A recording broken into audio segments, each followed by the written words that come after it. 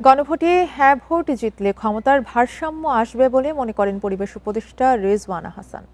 আর স্থানীয় সরকার উপদেষ্টা আদিলুর রহমান খান বলেছেন, আয়নাঘরের পুনরাবৃত্তি না চাইলে গণভোটে অংশ নিতে হবে। রোববার ঢাকা উত্তর সিটি কর্পোরেশনের নাগরিক পদক প্রদান অনুষ্ঠানে এসব কথা বলেন দুই উপদেষ্টা। নির্বাচন ও গণভোটের প্রচারণায় নেমেছে ভোটের গাড়ি।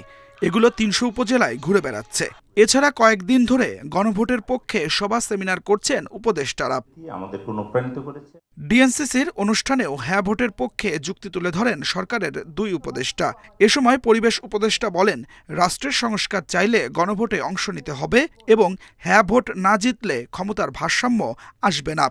এই গণভোটে অবশ্যই সকলে অংশ নেবেন এবং যদি সত্যি সংস্কার চান তাহলে উত্তরটা আমাদেরকে হ্যাঁ বলতে হবে।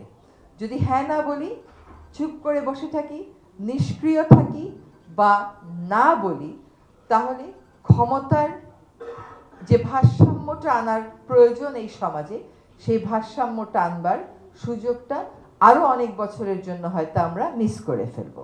আর স্থানীয় সরকার উপদেষ্টা বলেন, আইনশৃঙ্খলা বাহিনীর অপরাধ ঠেকাতে প্রয়োজন সংস্কার। এজন্য গণভোটে অংশ নেওয়া জরুরি। বিচার বহির্ভূত হত্যাকাণ্ড, নির্যাতন এবং আয়নাঘরের দিনগুলোতে ফিরে যেতে না চাই আমাদের গণভোটের পক্ষে অবস্থান নিতে হবে, হ্যাঁ ভোট দিতে হবে এবং পছন্দের গণপরিষদ সদস্য নির্বাচিত করতে হবে।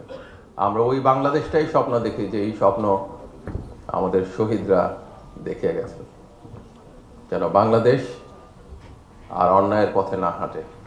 নাগরিক পদক অনুষ্ঠানে সমাজ গঠনে অবদান রাখায় 10 জনকে পুরস্কৃত করেছে ঢাকা উত্তর সিটি কর্পোরেশন।